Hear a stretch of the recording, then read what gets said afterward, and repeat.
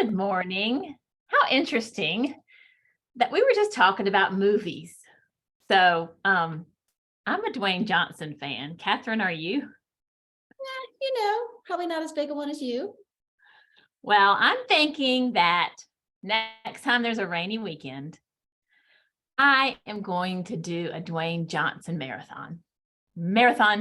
24 hours of Dwayne Johnson movies. Do you know what I think I'm going to call it? Rock Around the Clock. That's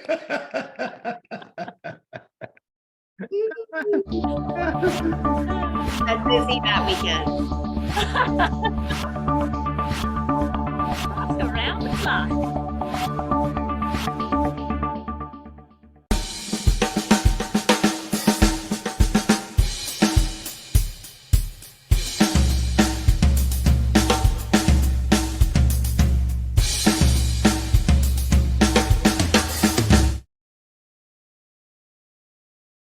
Here we are. Good morning. Good morning, Daily Huddlers. Welcome to Wednesday, where we talk everything communication and relationships.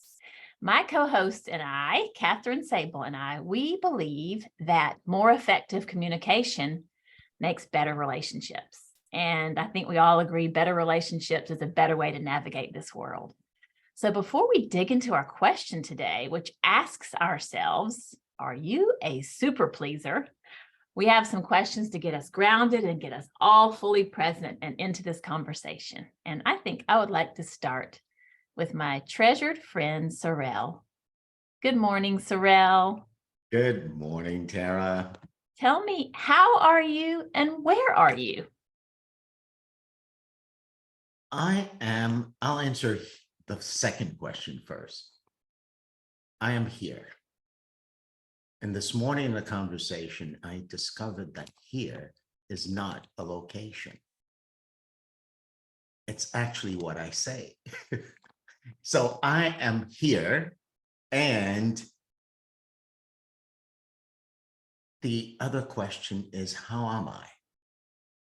And now I get to be here. I am loving and present. I'm present. Knowing you like I do, I know that you are. So good morning, Stan. I love seeing your face on this screen. Please tell me what time it is. And also I would like to know what you're grateful for. Wow. Tara, the time is now. It's the only time I've ever had. It's the only time we ever will have. Now. And I'm grateful for the fact that I have this now because I didn't have to have it. Thank you. Thank you for sharing that. So we are here. The time is now. And we're ready to get rolling this morning. Andrea, I'm delighted to see your smile. I've missed you. Let's dig into our question this morning, though. I think that Kathryn and I are probably super passionate about the topic of being a super pleaser. So, Kathryn, as you know, I've been exploring this a lot, but I want to hear from you. Tell us a little bit about what a super pleaser is and help us to understand if we may or may not be one and if that's a good thing or not. Happy to. Yeah, I think we coined a new term here. Well, this topic came up. It was born out of a conversation with my son. No surprise there. He actually bumped his head at camp and on the monkey bars, so I had to take him to the doctor. So he was fine, but it was one of those things that, as you know, it can really mess up your day, right? So I'm getting to the doctor, I'm running around, and I have an appointment that I'm trying to make. And I was thinking, if this goes well and we're on time, I can still make my appointment, and that would be great. Well, we were in the doctor's for a little bit longer than I expected, and I realized I'm not going to make it on time. So I call up the person I have the appointment with, and I told him, I said, look, this happened, thinking that I was going to get a little empathy out of it. My son's had a little accident. And I said, can we move this appointment maybe later today or something like that? And you could tell by his voice that it was not what he wanted. He was not okay with that, right? And so I said, that's okay, well, I'm going to be a little bit late, but let's try and do it that way. And so I hung up the phone, and I was like, I could feel myself I can feel it right now, actually. I'm like anxious and intense, and there was no other decision to make. It's not like I was going to leave the doctor early. And so I said out loud to my son, I said, oh, he wasn't happy about that. And you know what he said to me? He said, well, is he a happy person in general? And I thought, it really gave me pause. I thought, because he followed it up and said, well, because then it would just be normal. Like, he didn't respond happily. Yeah. He's not a happy person in general. He's not going to respond happily.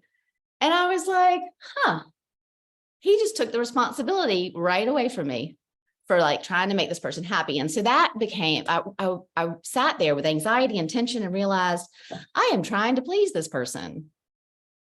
And so then that's how we started talking about what is a super pleaser. And a super pleaser is someone who super tries to please all the time. I mean, it's just plain and simple. I think we all know what a pleaser is. We're trying to make them happy. We're trying to do things so that we can avoid confrontation, so that we don't let people down. And I think there's definitely benefit in here, but like a lot of things, this is overdeveloped in those who consider themselves super pleasers. And in this case, I had made a choice. I'm taking my son to the doctor. Nothing is coming in front of that. Obviously, it's the most important. So everything else needed to shift. And so I had made the decision, told this other person what was going to happen, and they get to be responsible for their reaction. Like, they can have whatever reaction they want. I don't control that. I really don't. To Sam's point, if he's not happy, he's not going to respond happily. And then on the flip side, I get to have my own reaction to whatever their response was. That's my responsibility. So I can be tense and stressed and worried that I've let somebody down, or I can say I've done my best. Something came up. I've let them know. And there's one other piece I want to mention about it, and then I want to kind of open up the conversation with you, Tara, because I think there's a lot here. The other piece that I really noticed in reflecting on this is that I was fully in my integrity. I clearly made the decision to do this. I was going to take care of my son, so I had no qualms about that. If I had wanted to change the appointment last minute because I wanted to go have lunch with friends or just wasn't feeling up to it, I have a real value for keeping my word.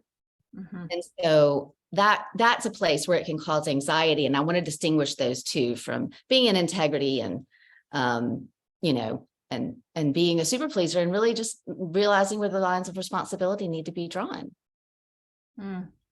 That's a powerful setting the stage for this conversation.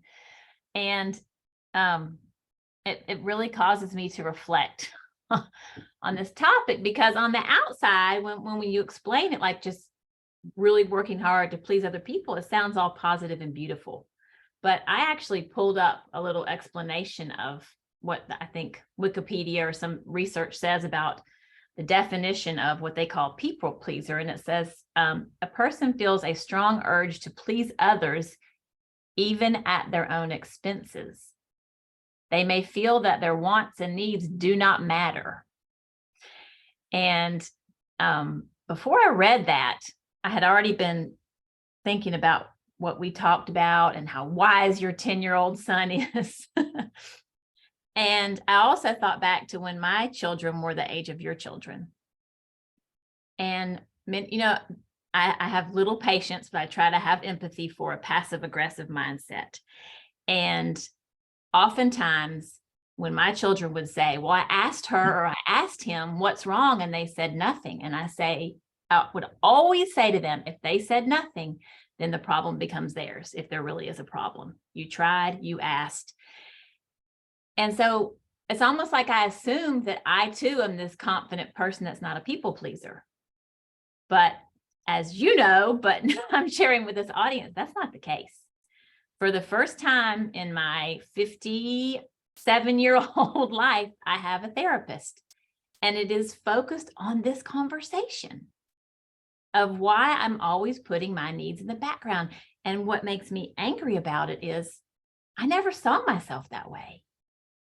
So I will share, and then I'd love to hear what other people's take is on, are they a people pleaser, a super pleaser, and is it serving you, or is it to a point to where it's not hurting you? And here's something that I shared that I'll share with you all, which I think really shines a light on where I have work to do in this area. So a lot of my work is putting on workshops, holding a microphone, speaking to audiences. I'm comfortable with that. I get nervous and excited, but that's where I light up, right? But if I go into a group, a workshop or something, and it's my turn to introduce myself, or it's my turn to speak in a group setting, I can guarantee you I will be the shortest speaker in the room. I will take the least amount of time of anybody in there. And I started thinking why this is. And now I know why it is. When I hold a microphone or I'm delivering a workshop, in my heart, I'm giving. I'm doing something for them. And that gives me the space to take that microphone and take their time. And so, damn it, have I put myself in the background for a lot of years, not even aware of it. So thank you for bringing this conversation to other folks. And I don't know. Well, I think it's important too to talk about, because there's pleasing, and then there's, there is a way in which we want to be in relationship with people. We don't want to just cut ourselves off and be like, sorry, your problem. Yeah. Can't help you. I mean, it's likely not, a super pleaser is likely not going to go that far to the edge, but they could, to overcompensate, to figure out how to get to the middle. And really, I think what we say is just what you said with your kids is, where's the line of responsibility? I don't get to control somebody else's response to something I'm very clear about. I've set a boundary. This is going to change. Just like your kids, when they say nothing, you can spend a lot of energy trying to dig, find out, pull it out of that becomes your choice too. But we have to own responsibility for saying what we need. And then we got to get okay with letting people down. Mm-hmm. People are going to have their reaction. And if that's not okay, it creates a lot of turmoil, especially for super pleasers. If you're constantly riding the roller coaster of someone else's emotions over which we have no control. Do you remember when you and I were putting on a retreat and there was a miscommunication with one of our guests? Mm-hmm, mm-hmm. I had the worst night's sleep worrying that I had upset her, hurt her, disappointed her because she was confused about something. I don't even remember the details, but I remember how much physically it was bothering me. Mm-hmm. And here's something that I have learned in this space. I just could not help it. I had to call her and apologize and make sure that everything was okay. And she said what you told me was the case from the very beginning, Kathryn. You said, Tara, this is not on you. She made a mistake. She didn't read the email. And how I somehow was still so worried that somehow this was on me. So I have work to do. But what I would like to ask our listeners before people offer strategies around this, I'd really like to hear if anybody, if a light bulb is coming on for anyone, like maybe they do a little bit more of that. They're a little bit more of a people pleaser or a super pleaser than they realized. Because I think for me, the reason why I'm excited about this topic is now that I see it, I can be better. I can do better. I can take better care of myself, which will help me to take better care of you all, better care of friends, husband, but it has to start with me. And I just am realizing that at this old age. So I know Cece had her hand up first, but I'm not sure if she's still down for my question. Are you seeing any of this in yourself? Oh, of course. I am the super people pleaser. And I do believe the origin was growing up. My mother was a super pleaser. And I wasn't aware of it until recently, because I was always put everybody else's needs before mine. And when I didn't have anything, I was like, aren't y'all going to help me? They're not responsible. It was all on me. Mm-hmm. So I am working through all that. Like just months ago, we didn't have water in our house. I paid a plumber to turn it on. Why am I allowing the next door neighbor to turn off the water whenever they feel like it because I'm trying to make them comfortable? I'm uncomfortable with speaking up for myself. So now I'm learning how to say, no, I'm going to leave the water on because I paid for it. They're enjoying the benefits of having the water. And we have already gotten down to the source of the busted pipe, which is on their side. So why would I keep going without water unless I'm trying to make them comfortable and be a people pleaser. Is that crazy? And I'll say something else to Sorrel and the rest of you, but really, Sorrel, thank you so much for the generosity, for your kindness, for allowing us to be heard and have a voice, because it is making a difference. I'm no longer cracked up like I was when the first time they started this. I was cracked up. Not today. I'm all put together again. And thank you so much, Sorrel and Giovanni and everybody else who comes on this line. And I pass. Oh, thank you, Cece. That is fantastic. You know what? I could see myself doing the same darn thing. So yeah, a lot to learn here. Sorrel, tell us about your insight around this conversation. It's not an insight, it's more an admission. I am a super people pleaser, and I kind of like it. I remember when I was little, my mother would make me dance for guests when guests would come to the house. Wow. I was a pretty good dancer. You know, Okay. there I am, a 6-year-old whining to Haitian compa. You know, could have been a little risque, right? But they loved it. Mm-hmm. So to actually be in spaces where I'm seen, heard, and getting attention is kind of like my little addiction to people pleasing people that way. So I want to own that. And then there's the other side of it, where the people who are closest to me, like my mother, my father, my spouse, I go to great lengths to please friends and people who are close to me, because I don't want them to go away. I don't want them to withhold what I think I need from them. So there's that aspect of people pleasing for me. And then as you were speaking, I'm getting, God, you know, what must somebody like Mother Teresa have felt like when she was like seemingly just denying herself everything just to do good and be a contribution to others. So there's that aspect of people pleasing that I'm now, for myself in this conversation, elevating to the level of, maybe it's not people pleasing. Maybe it is who I am and what I do. And that's how I find my place in this world. I love what you're saying. And I do think it's up to us to decide. And I think an important place to look is similar to what Tara read in the description or the definition, which is at our own expense. Yeah. Are you suffering from doing this? Are you not taking care of your own needs from doing this? If so, maybe a place to look. If not, if it's fueling you and filling you up and you're loving it, that's one. Yeah. Why not? Yeah. So I love going out of my way to please people.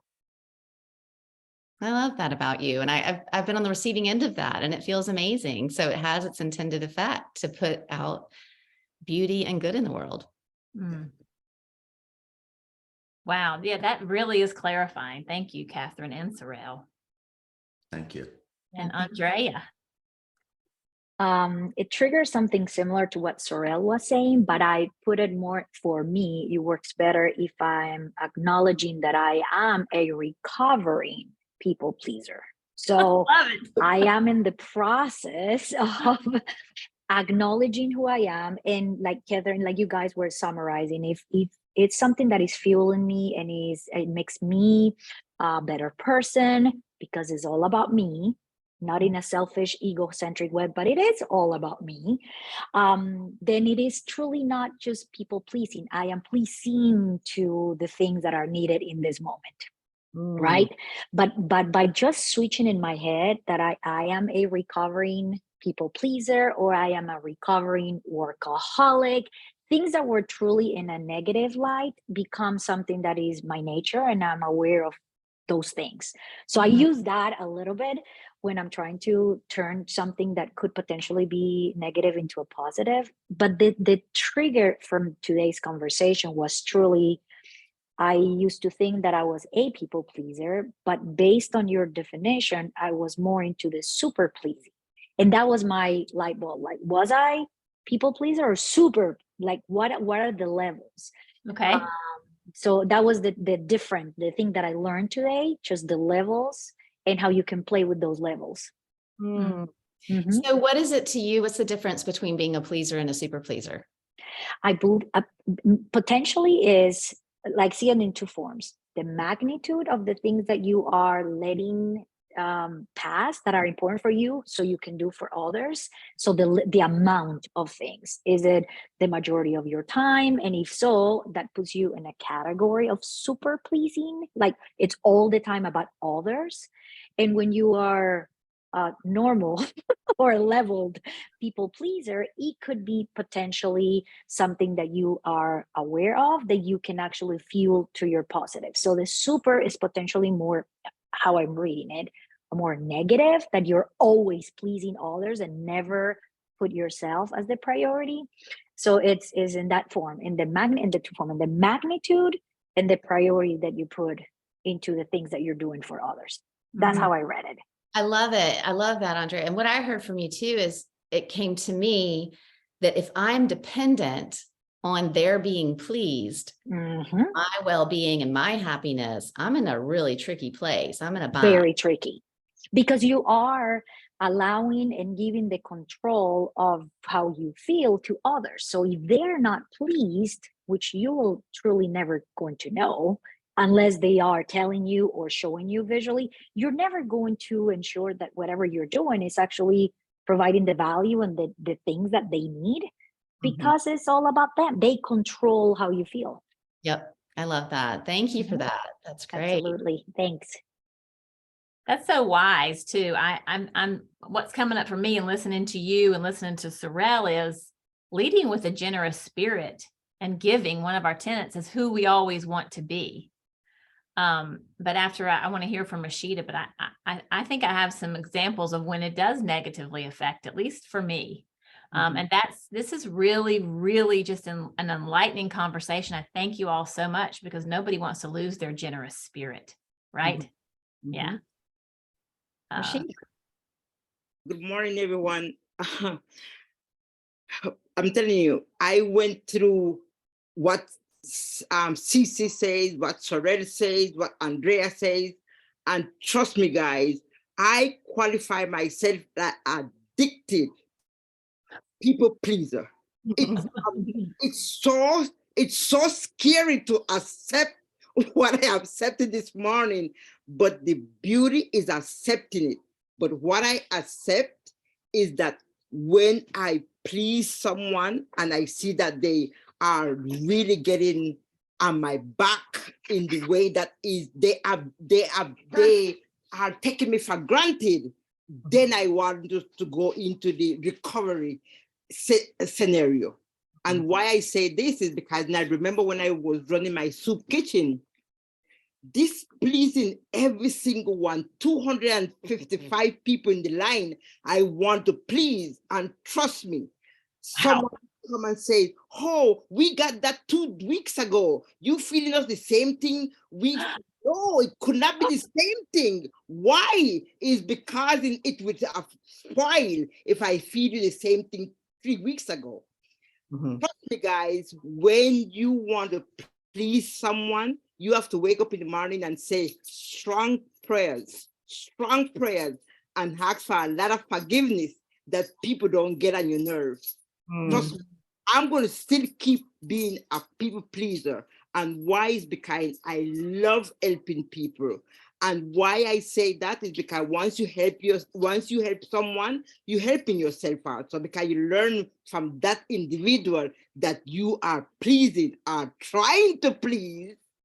Because trust me, sometimes you think you're pleasing them, but they say, oh, you're trying to please me. No, I don't want you to try to please me. I want you to commit yourself. Trust me, guys. First is you, and anything else later, just ask for forgiveness and ask for gratitude that you can continue doing your work. Thank you so much, Tara. And Kathryn, thank you. Thank you, Rashida. I think you're pointing to one other piece too that I'd like to call out, similar to what Andrea said about if I'm needing this to make me happy, then I need to take a look. The other thing is if I'm doing this in expectation of something on the other side, again, really tricky place. Okay. Because then what if you don't get that? Now I'm frustrated and I'm resentful. To contradict is what Sorrel said. I just want to give this. And like I said, I've been on the receiving end and never have I ever felt like you're wanting something out of it. So to me, that feels like that generous spirit that you're talking about, Tara. And I think that's the distinction. Yeah, let's go be generous. Let's do that. No expectations. Let's put love in the world. Let's spread joy and know our own boundaries. Where do we stop to take care of ourselves? Absolutely. That's just, I'm glad this is being recorded. I'm gonna have to review it to remind myself. Because I think this bears repeating again, is I don't want us to confuse being generous and giving with the negative potential effects of being a super pleaser. Mm-hmm. And I'll give one of my many examples. Just recently, I went for a weekend getaway. I was with my husband. We were there with a friend. I wanted to meet a business person for lunch. I wanted to see some other friends because I didn't want to hurt any people's feelings who happened to be in town. And I was worried about neglecting the one friend. I was worried about the schedule being too heavy for my husband. I wanted to make sure and see the business. All this to say, a weekend is supposed to be a getaway. And while I enjoyed myself, I came home needing a weekend.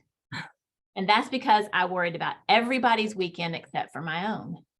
And on the surface, I could take pride in that, especially if you think about the way we were raised, many of us, at least in my generation. That's what our mothers did. They always put themselves last and they took pride in it and they thought that that was their role. Mm-hmm. And then we ask ourselves this question, and Kathryn, you've asked me this before, and it is so empowering. Tara, is that the way you would want your daughter to behave? Absolutely not. I want my daughter to take care of herself so that she can be the best version of herself for all the people that she loves. And there's the difference. So it's easy to say, but gosh, I have a lot of work to do. Yeah. Yeah. And I think an easy place to look, just as a sort of a little tip around it, is what am I after? What's my intention here? Why am I doing it? Mm-hmm. If it's because I desperately need them to like me, I don't want to let them down, I'm going to pause and look. That's not the energy I want to come from. Is it because I just love this person and this is going to be a nice thing to do and I'm going to go do that? Yeah, it might stretch me a little bit, but it's well within the realm of my boundaries. I'm okay with that. I'm making that choice. That's great. I think knowing where we're coming from and what we're hoping to get out of it, I think sometimes can help. Totally. One other thing I'll share that I think it might be a little bit more specific to me, but maybe it will resonate with some. But and again, Kathryn knows this about me, but I find myself oftentimes in conversation, if it's about me for very long, I feel the need to turn the conversation back on my friend or the person I'm talking with. I'll share a little bit and then I'm like, okay, enough about me, back to you. And here we are in the business of relationships. And if we're so focused on the other person, that's not a relationship. We have to share as much as we ask to receive. Mm-hmm. And that's another area that and that was modeled for me. My mother was just dug into other people, asked beautiful questions, learned to listen and love and lift them up, never, ever making the conversation about herself. And again, that's not a relationship. That's an advisor. And relationships are what makes this world go round.